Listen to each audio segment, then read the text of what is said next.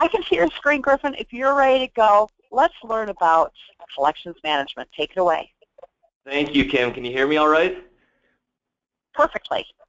All right. Yeah, I will let my design team know that they're doing a great job. First of all, my name is Griffin Swanson from Professional Advantage.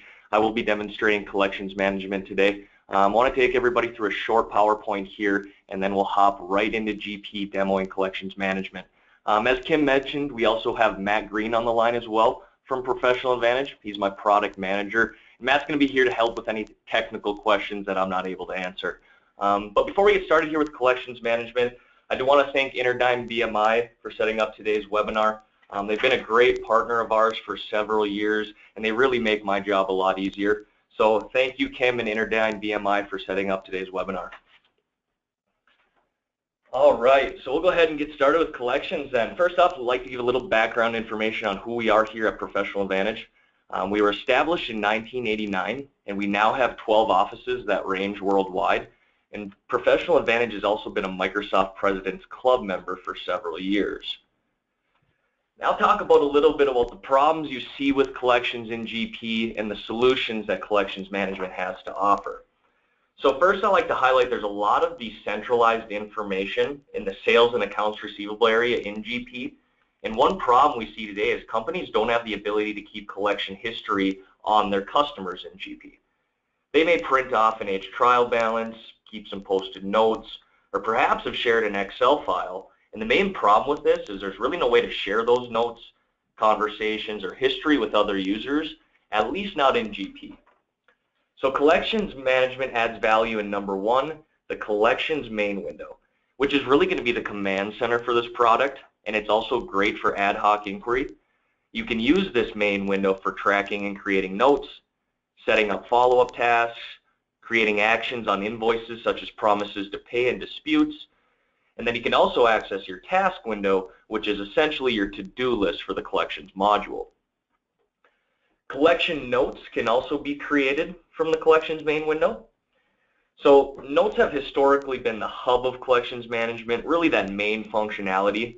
They allow users to create actions, keep history, and notes on customer invoices, and then the notes also act as follow-up tasks. Second pain point that we see a lot of customers have is there's a lot of inconsistent follow-up, and with that follow-up, you're perhaps using a lot of manual communication. So collection plans allow users to spend less time searching for your customers, spend less time creating emails, and attaching invoices manually. These workflows are essentially a set of actions suggested automatically based on the due date of your customer's invoice. So you can use the predefined plans that we already have set up, or define your own from scratch and really tailor those to your different customer types. Now you're going to want to process those actions suggested by plans in similar groups, one by one, or all at one time, and I'll show everyone that in the demo. Lastly, bottom line collections management is aimed to reduce your bad debt and improve your cash flow. So I'll also show a number of performance reports. We have an accounts receivable summary window. There's some smart lists and some SSRS report templates that come with the product. And then there's also some individual collector performance reports built in the product as well. And then the last thing there with collections management, it can also calculate your days sales outstanding.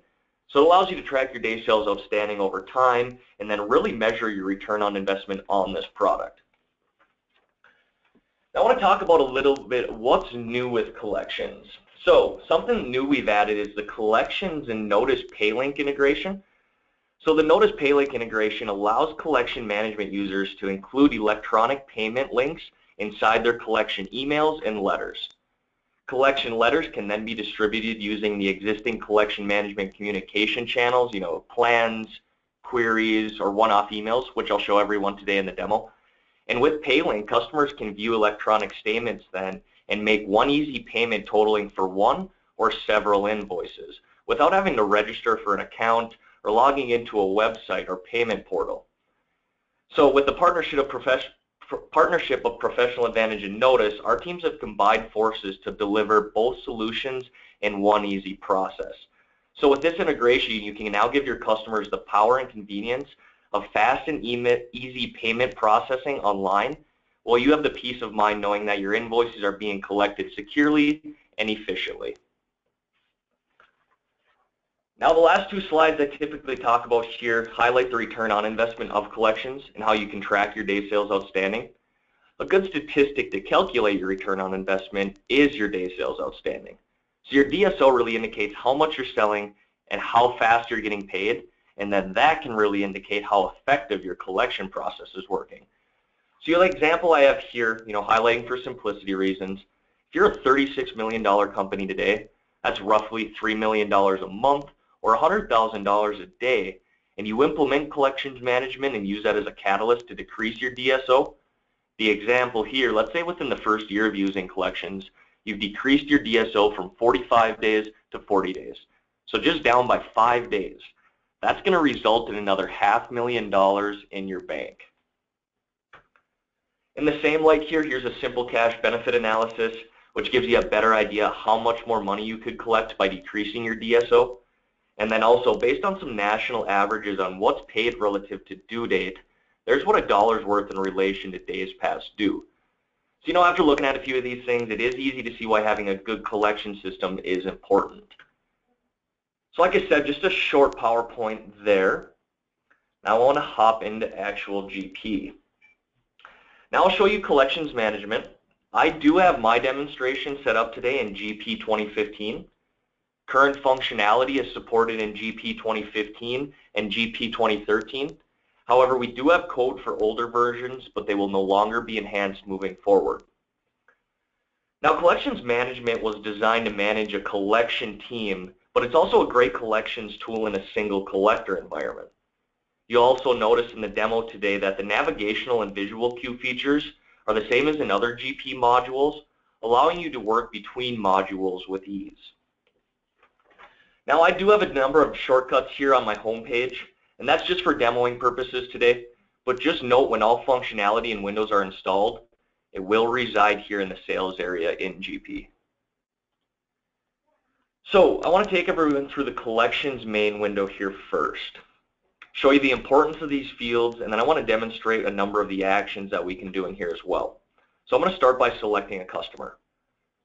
I'll choose Aaron Fitz Electrical here. Now the main window, again, as I mentioned earlier, it's really the start point or command center for this product. It's going to provide a detailed record of your contacts with your customer. So you pick your customer as we just did, Aaron Fitz. You can certainly sort through these different address IDs that you have set up for that customer. So if you're trying to collect from Aaron Fitz here at more than one location, this would allow you to do that. It's going to display that contact person's name here, along with their phone and their fax number. You can see the last time that customer made a payment and how much that payment was for, and then their payment terms listed right below that. So it looks like Aaron Fitz was on our net 30 payment terms. We have our year-to-date sales here, and that just gives us a better idea how big of a customer we're trying to collect from. Now underneath that, we have unposted sales, unposted cash, and unposted orders. So I like to mention that these are drill downs to some core GP windows. So if I click on this unposted sales here, this is going to pull open a SOP document inquiry. So that's core GP, as well as this receivables inquiry here. That's also core GP. So again, you drill into any of these, those are just pulling open some core GP windows. Now these may be important to review before collecting. Let's say you come into your collections main here first. We'll start with unposted sales and unposted orders. So again, you come into your collections main, you see there's a large amount of money that you need to collect from your customer. You can look back at some of these unposted sales and unposted orders, and perhaps there's a product that you haven't shipped out yet to that customer, or a service that's been carried out for that customer. You can look at putting a hold on those things until your customer starts making some of their payments. So to put your customer on hold, you simply come up here next to the customer ID, check them on hold. Once you see your customer start making some of those payments, you can simply check them off. Now additionally, this unposted cash may be important to review as well. You come into your collections main window again, see the customer owes you a large amount of money, but you will also have a lot of unposted cash from that customer. That's showing you that you have cash from your customer, so in this case Aaron Fitz, but it hasn't been applied to the invoices in GP yet. So again, it's good to look back at this unposted cash beforehand So you can potentially avoid an awkward conversation with your customer, asking for payment from them when you've already received that payment, but it hasn't been applied in GP yet. We have our credit manager field below that, and that allows us a customer to be assigned to a specific credit manager. A large group of customers can then be divided amongst a collection team if necessary. We have our notes listed down here at the bottom. You can create unlimited notes per customer, and then we also have a new note button at the top of our main window here that allows you to create a new note from scratch. But I'm going to demo the notes here in a few minutes. Next thing here is our aging. So off to the right side of here, this is our customer's aging. And it's worth mentioning that this aging is pulled right from accounts receivable. So this information is going to be as current as your last aging routine. So you can drill into each aging period and display that. And it's going to pull open a transactional window here and show you the specific invoice or invoices that fall into that specific aging period. All right. Now, next thing I want to talk about here is multi-currency function. So if anybody attending today is using the multi-currency function, right now you are seeing your customers aging in their functional currency, but this drop down here would allow you to see their aging in their originating currency if need be. Then you have the total amount that's been invoiced that the customer owes here. Below that we can see their credit limit, their salesperson, and their territory ID, and those are just standard GP fields. We have our parent ID here that allows us to see if your customer is a part of a national account.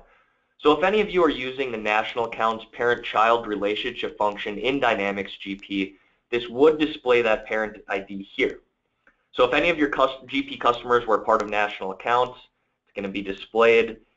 And it's also worth mentioning here, we have an option here at the top to view an inquiry viewing a single customer, or you can switch it to a group of customers, and that's going to display the entire national account. So all the notes that have been created for either that parent or child would be displayed here, and then all the accounts receivables totals for that parent and child would be displayed as well. But for today's demo, I'm just going to stick with a single customer. We also have our collection plan ID listed here. So Aaron Fitz was on our regular plan, but I'm going to demo the plans in a few minutes as well.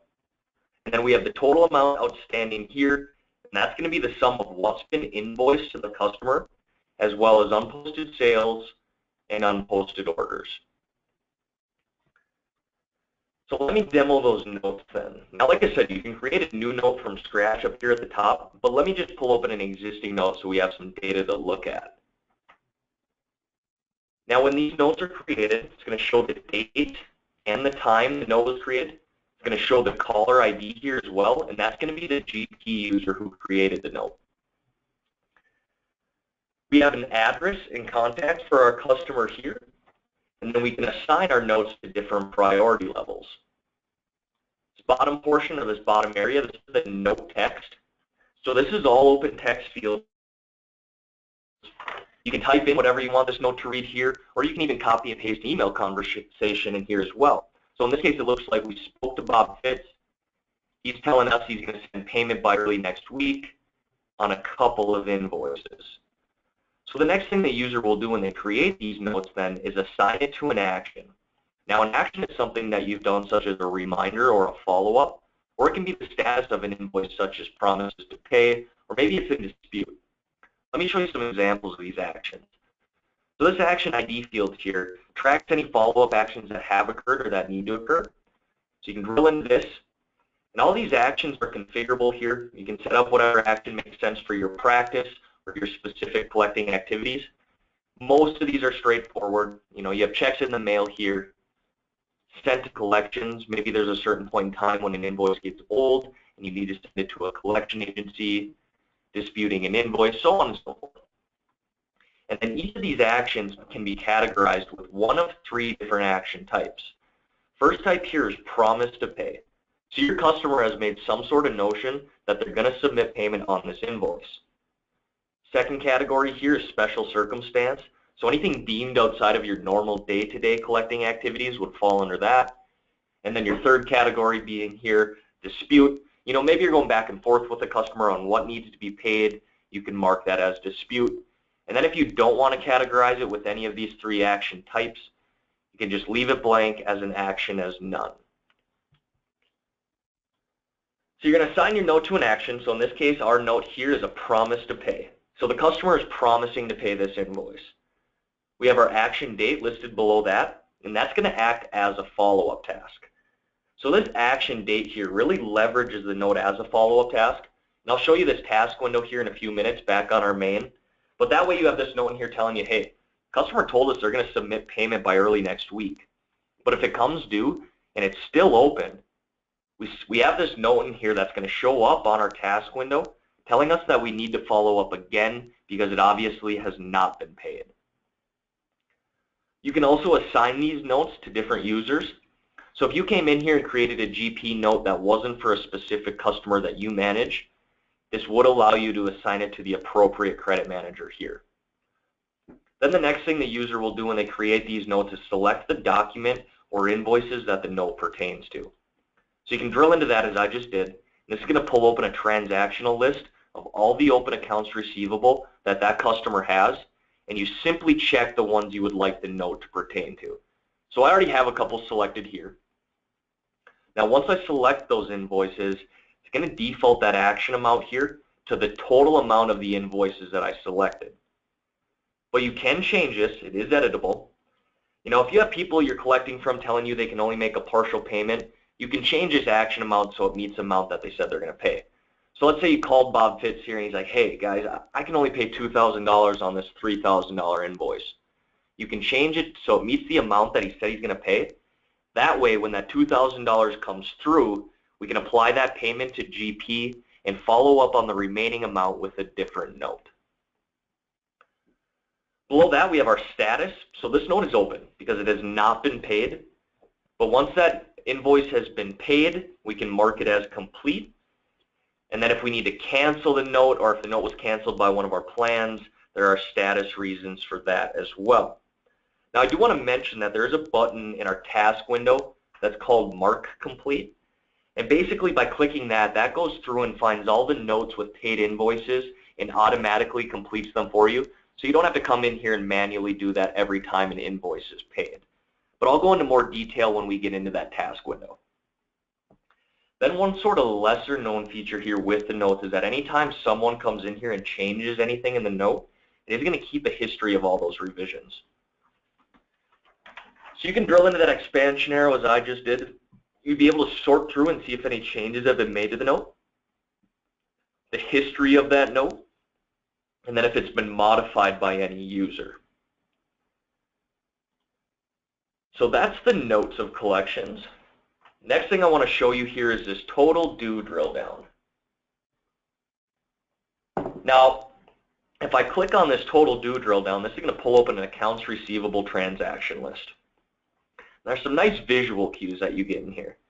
This little information icon, it's going to let you know that there's a note attached to that document. You can also notice there's some letters next to these as well. So this P here, that's going to denote that the invoice has been promised for payment.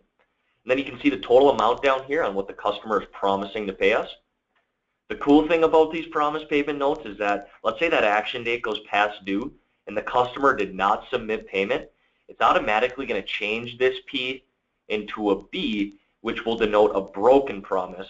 So then you can easily see which ones did not get paid on time. A couple more letters here at the bottom. We have a D, which will denote that it's in dispute, an S denoting that it's special circumstance.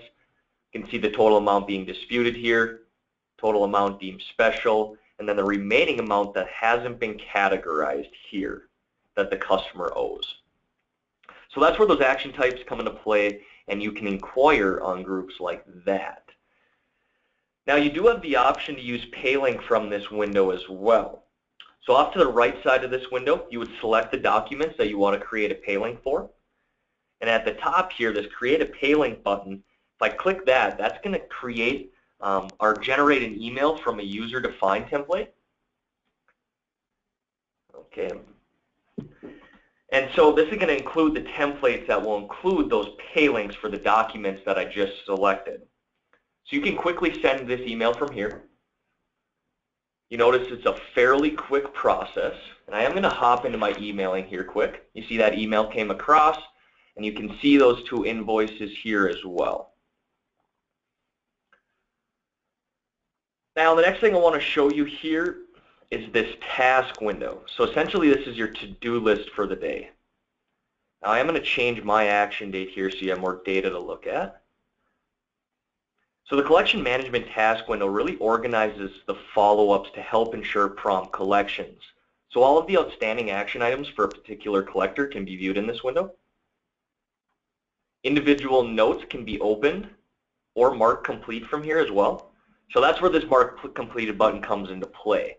So if you click this is automatically going to mark outstanding items as completed if all the invoices attached to the note have been paid in full.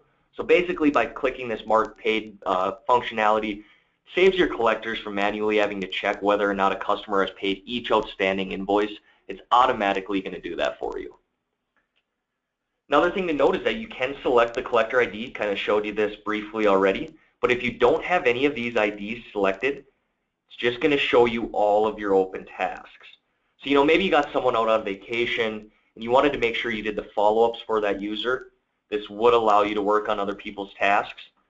And then you can also sort by the action date and the action ID. A couple other things here from the main window. I want to highlight this emailing functionality.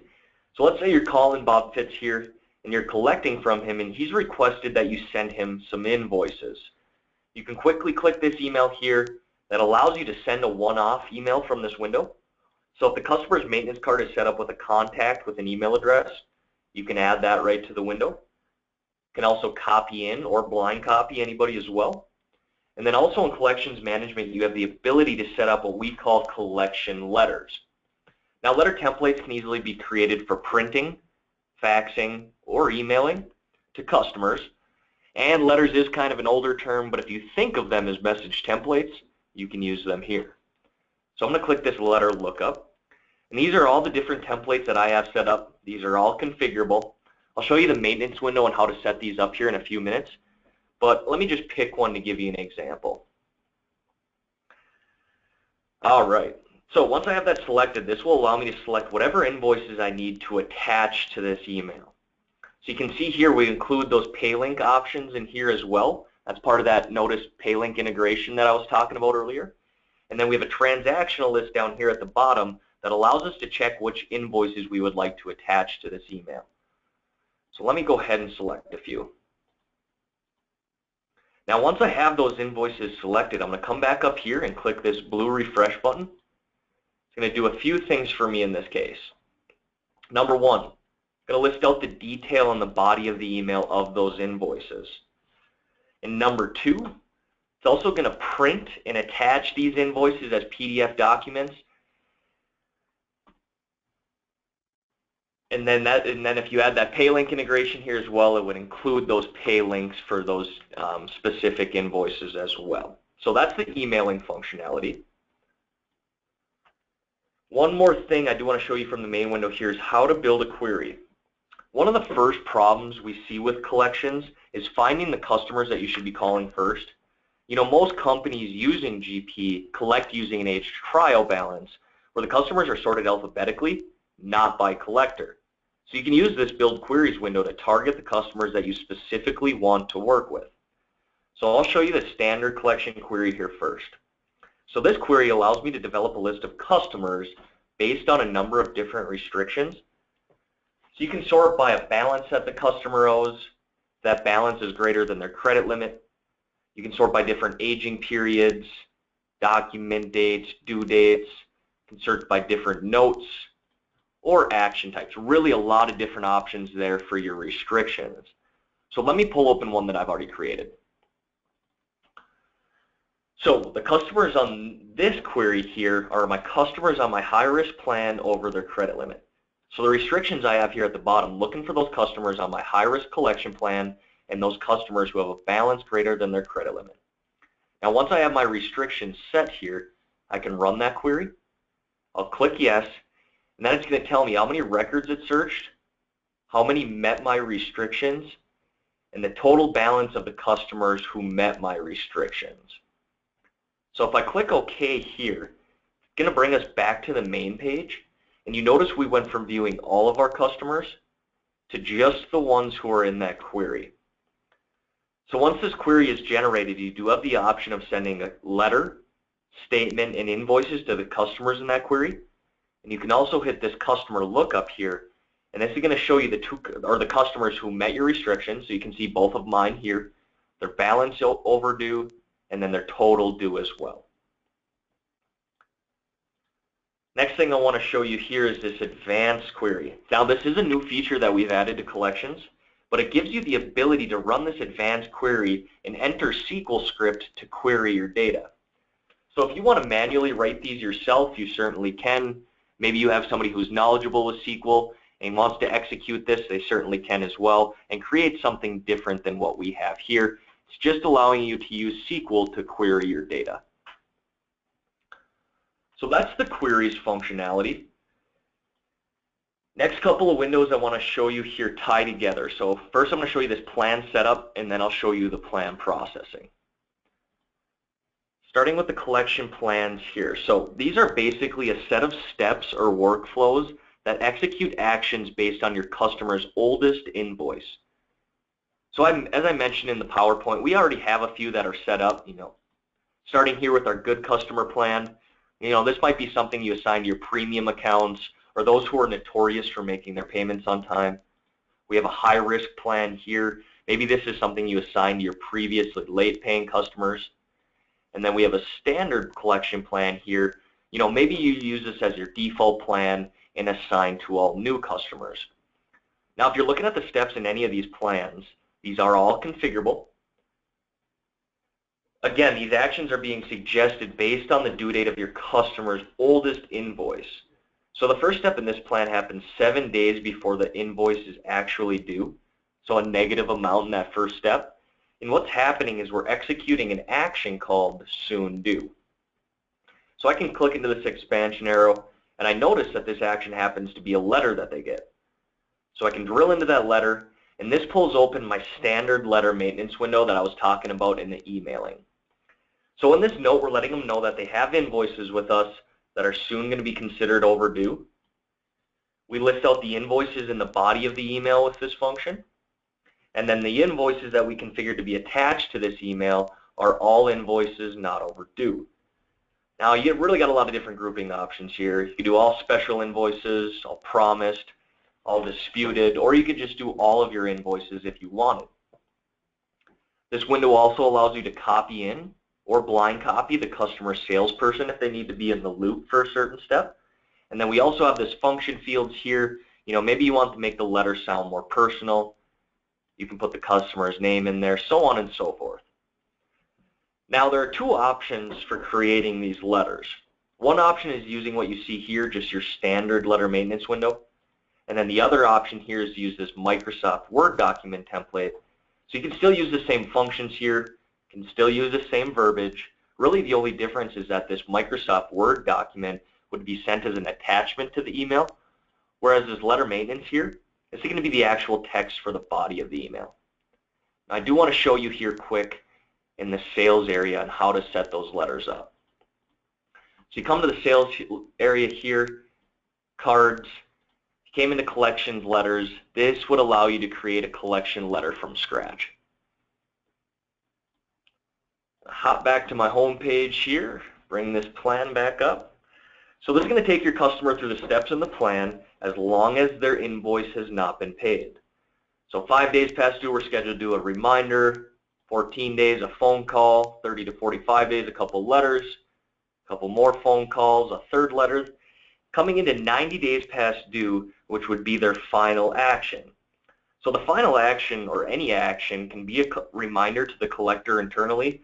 You got customer so-and-so now 90 days past due, and now we need to put their account on hold, or need to send them to a legal department, or it could just be a letter that the customer gets saying, hey, your account has now been put on hold, or you're now delinquent. So once your customers reach the last step in that plan, or any plan, you essentially have two options. Number one, you can keep repeating that last step. So maybe you send your customer an email every 30 days telling them their account is on hold, or you could just have the plan stop suggesting next action. In this case, you would have to determine manually what you want to do with the invoice for that customer. One other thing to mention from this window is this minimum amount due. So again, based on your customer's oldest outstanding invoice, if that invoice does not meet this minimum amount, then it's not going to take them through the steps in this plan. So you can set a floor here for what needs to be collected on via the collection plan. You know, a good example I like to give is, let's say you have a customer assigned to the standard collection plan. You do millions of dollars worth of business with them every year, but for some weird reason they have a $5 invoice that's past due. You're not going to want to take them through the steps in this plan or send them a number of threatening actions unless it is over that minimum invoice amount. And again, you can set up whatever minimum invoice amount you want here with each plan that you have set up. Now hopefully to tie this all together, I'll use this plan processing window here.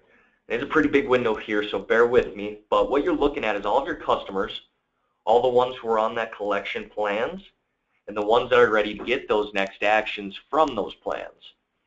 So you can sort and process these actions in a number of different ways. You can look at all of your customers with a balance.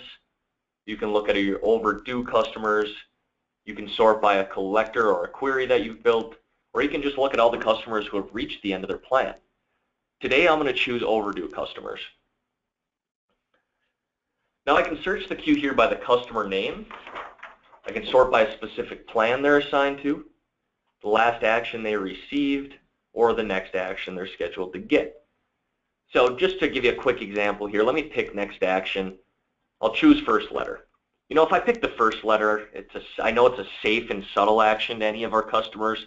Don't need to go in here and worry about who's getting those. I just go ahead and process all those customers at that time. But just to show you some more customers, I am just going to stick to all today. So the goal of this window is for you to be able to come in here, do a quick review of your customers and who are getting these actions. Let's say you're going through these customers here and you're like, hey, Atmore Retirement Center, I just spoke with them yesterday. You can click on them as I just did, and in the middle of the window it's going to show you the documents that are due for payment for that customer. You can pick and choose which ones you want to include for that action. And then this bottom portion here, this is their letter text. So you can modify this, maybe put in here, hey Jane, I know we spoke on the phone yesterday, but I just wanted to send you those invoices that you owe us. You can modify this quickly and then process just that customer. Or you can come back up in here, you can delete that customer, and that would take them out of the queue temporarily and let you process all of your other actions at that time. Again, the overall goal of these plans is for you to be able to come in here, do a quick review of those customers and who are getting those next actions, and then process all your customers. So I'm going to go ahead and do that.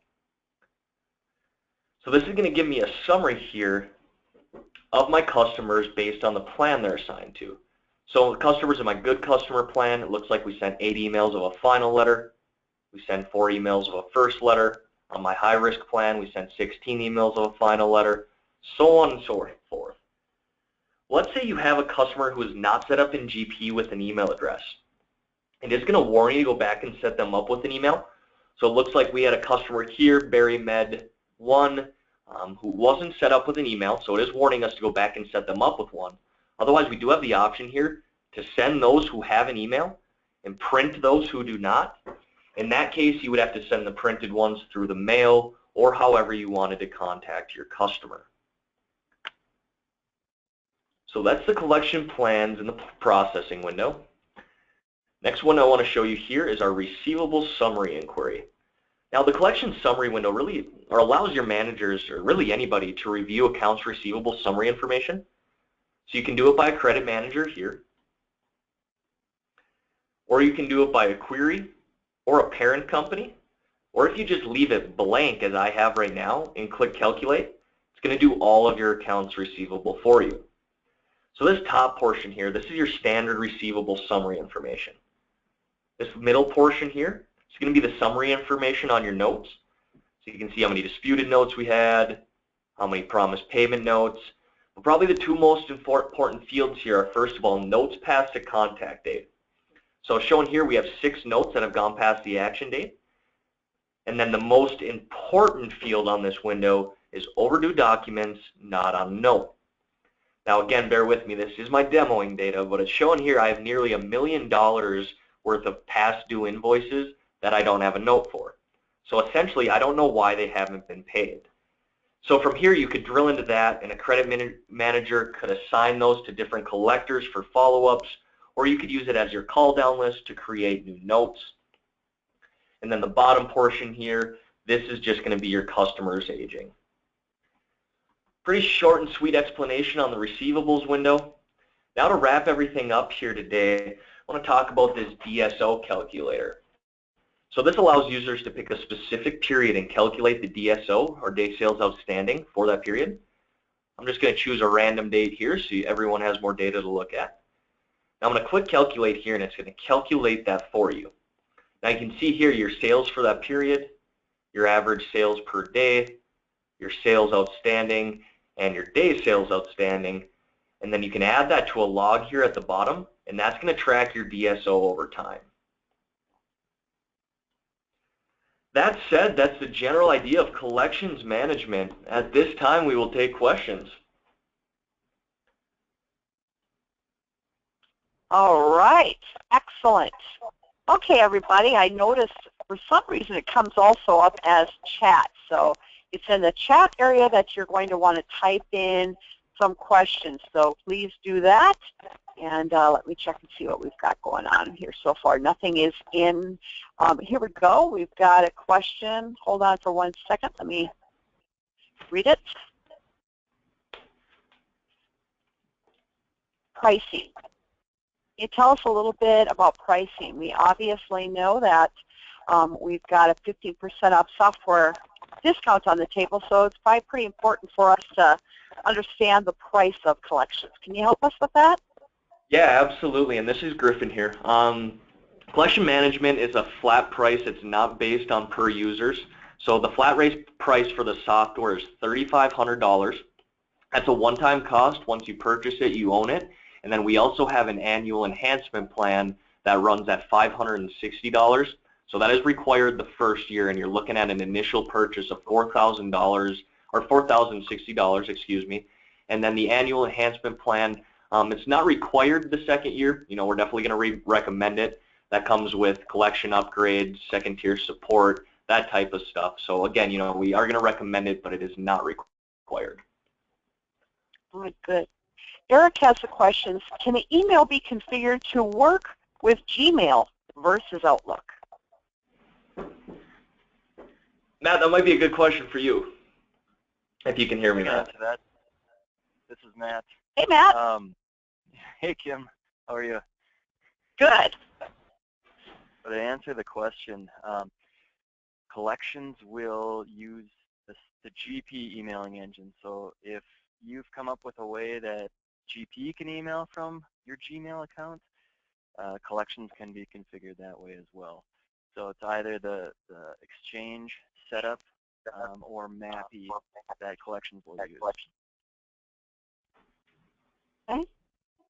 Kim asked the questions, what is the pricing, let me see, is that pricing included or an additional option? So I think Tim, price link, I'm sorry, he's got two different lines here. Is that price link included or an additional option? Is he talking about the Notice Pay Link integration? I believe so. Okay, yeah, the Notice, it is part, you know, that we just did a 3-day webinar series not too long back, so it is a fairly new feature here, but it would require the customer to own both Notice Pay Link and collections management in order for that integration to work. Yeah, and just to add to that too, it does require the components from Notice, and definitely recommend reaching out to them for the questions on pricing the Notice pieces. But it is not an additional cost to have it in collections management. Okay. Tim says that I had this installed previously. I'd like to get some assistance in reinstalling it. It says my keys have expired. And so, Tim, at the end of this, we will have Griffin's contact information. To be honest, it's pretty easy to email Matt or Griffin. It's just, griffins@profad.com. That's what I would suggest doing so that you can get that up and running. Okay? Yeah, Kim, let me again, right now. All right, super. There we go. All right, any other questions from the audience here? It says, here one says, can customers be assigned to different collectors? Yes, absolutely. Let me go pop back in here to GP.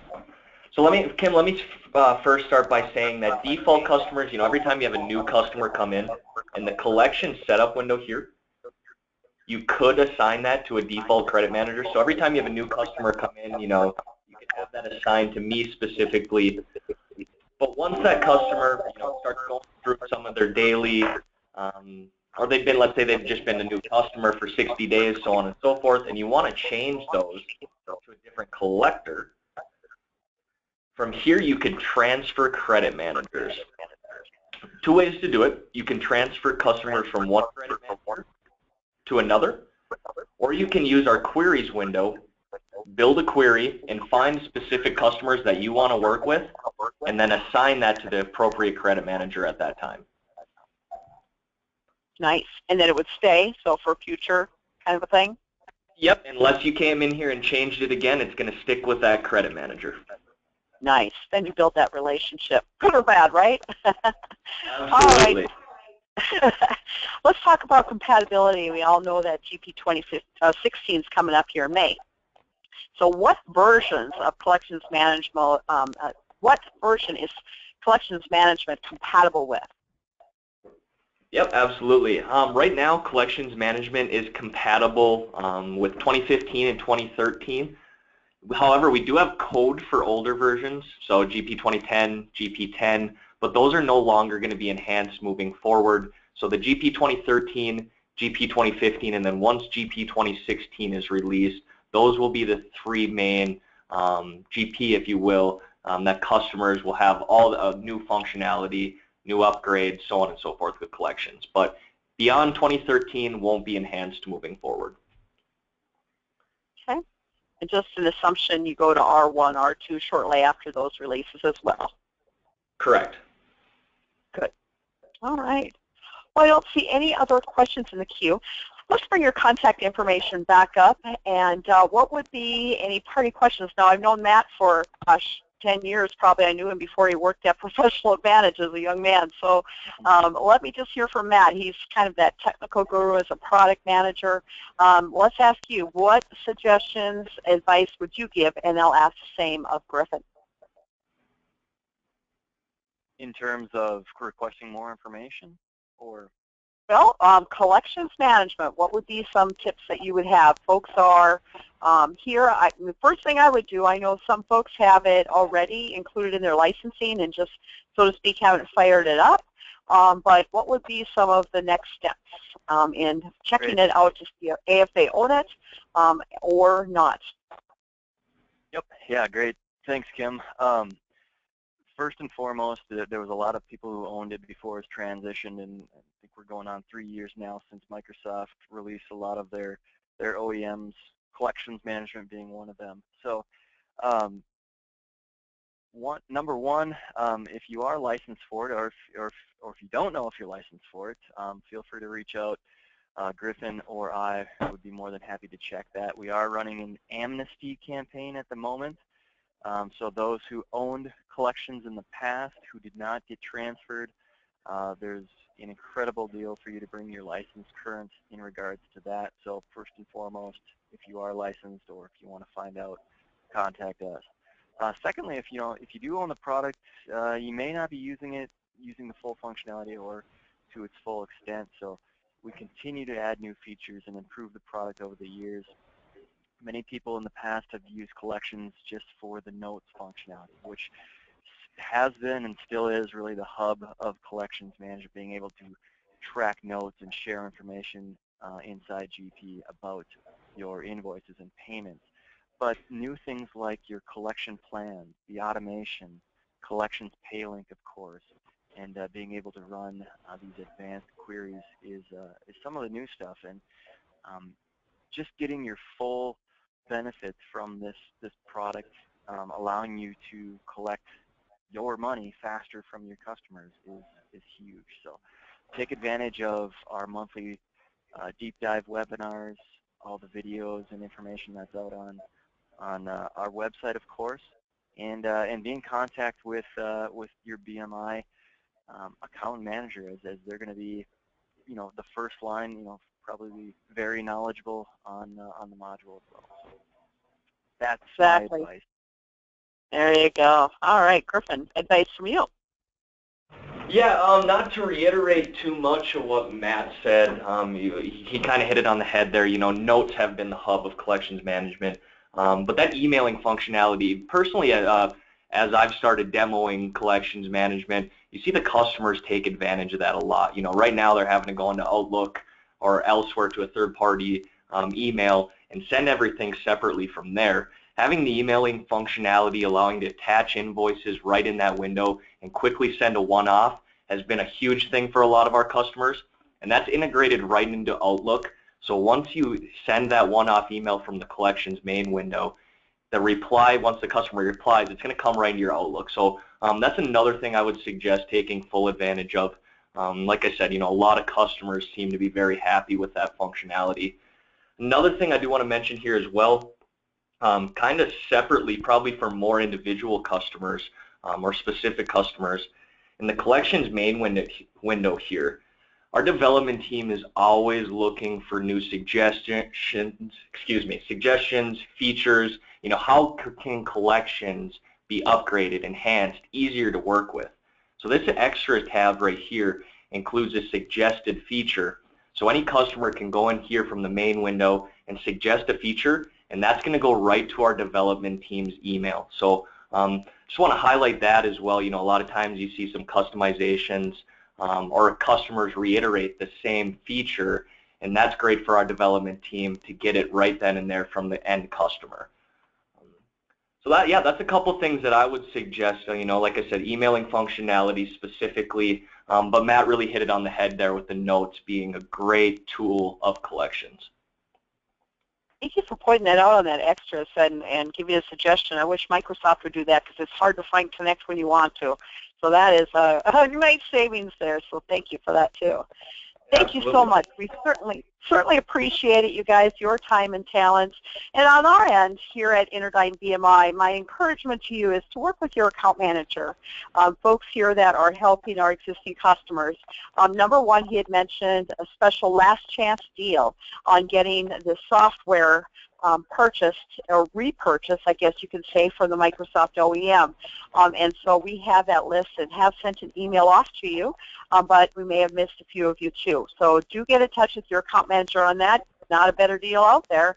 Secondly is if this is of interest and you need to purchase it for the first time, again, we do have this promotion going on for 15% off the software price until the end of April. So not only is it a great way to save dollars in getting started, but hey, you heard how you can get your collections in 30% faster. Thank you guys. Certainly appreciate it. Everybody, have a great day. Thank you, Kim. Thanks for having us on today. We appreciate it. Thanks, guys. Bye-bye. Thanks, Kim. Bye-bye. Bye, Matt.